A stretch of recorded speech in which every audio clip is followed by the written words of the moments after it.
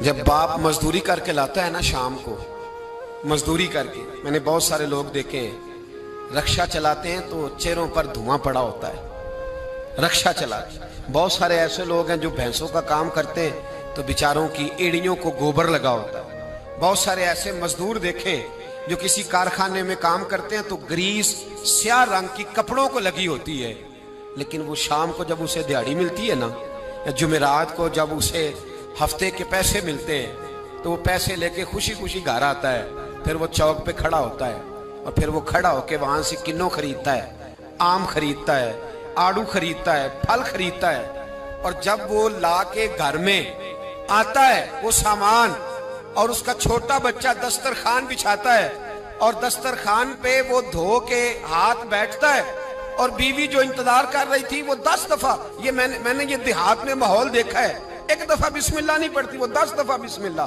वो छुरी धोती है बिस्मिल्लाहिर्रहमानिर्रहीम, वो 10 दफा बिस्मिल्लाह पढ़ती है। फिर वो जब सजाया जाता है और बेटे और बेटियां उनको उठा के मुंह में रखते हैं, बाप के दिल को जब ठंडक पहुंचती है तो मुझे यूं लगता है आसमान के फरिश्ते भी दरवाजे खोल खोल के देखते हैं कि यहाँ दौलत आई है, यहाँ कोई कमा के लाया, यहाँ बेटियां खा रही, यहाँ जद्दोजहद हो रही। और अगर तू हराम कमाई लाए, अगर तू किसी का कलेजा काट के लेके आए, तू हजारों रुपए का भी माल लेके आए, घर में रखता है, बड़ा बेटा कहता है मैं नहीं ये खाता, छोटे वाला कहता है मेरे नहीं ये पसंद, उससे छोटे वाला कहता है ले जाओ ये तो पुराना हो गया है। वो जो मेहनत से थोड़ा सा आया करता था, थोड़ा सा, उसमें जो बरकत होती थी, उसके अंदर जो कैफ होता था, जो जद्दोजहद का पैसा था।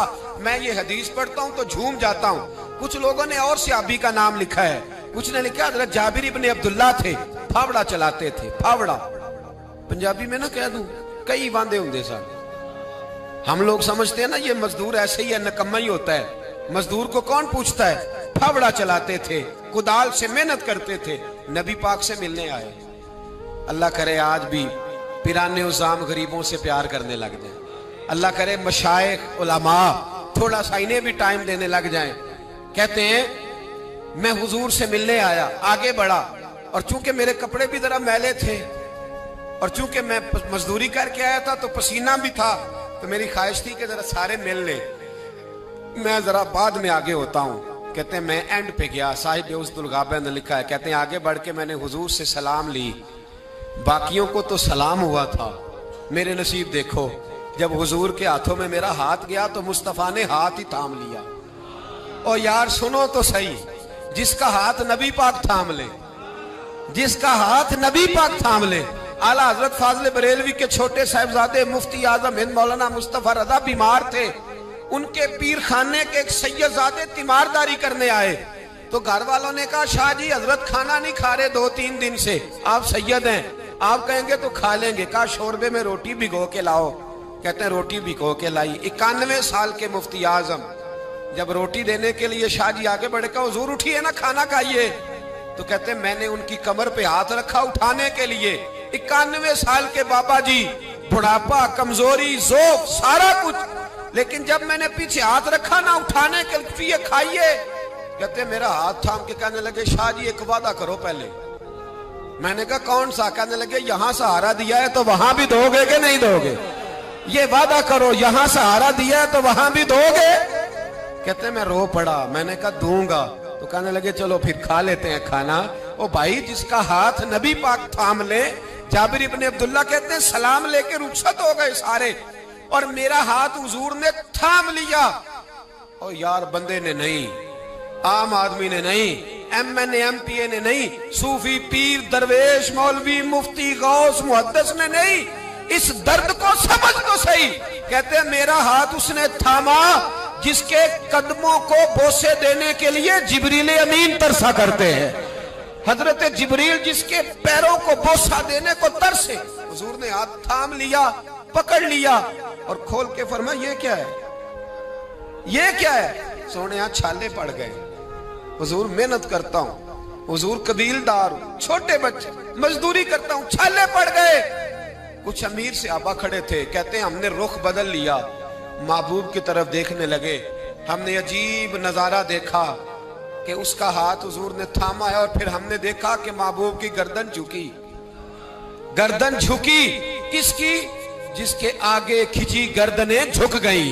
महबूबे मुकद्दस ने गर्दन को झुकाया और फरमाते उस वक्त तो हालात ही बदल गए जब महबूब ने मजदूर के छालों वाले हाथों को चूमना शुरू कर दिया।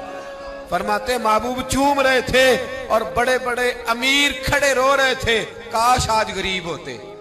आज गरीबी को इज्जत मिल गई, आज गरीबी को शान मिल गई, गरीबी को मर्तबा मिला, गरीबी को दर्जे मिले।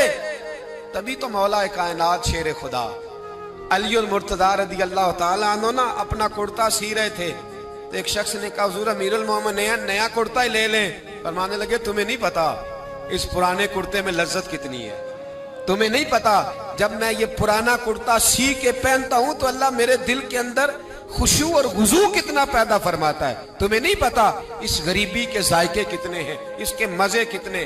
भाई मेहनत की जो कमाई है, जद्दोजहद का जो पैसा है वो तुझे बड़ा करे, आगे बढ़, मेहनत कर, इन दो हाथों को लड़ा, दाएं बाएं ना देखना किसके पास क्या है, वरना हसद की आग में जल के जिंदगी गुजरेगी। नबी पाक सल्लल्लाहु ताला अलैहि वसल्लम से एक सहाबी ने पूछा हुजूर बेहतरीन रोटी कौन सी होती है?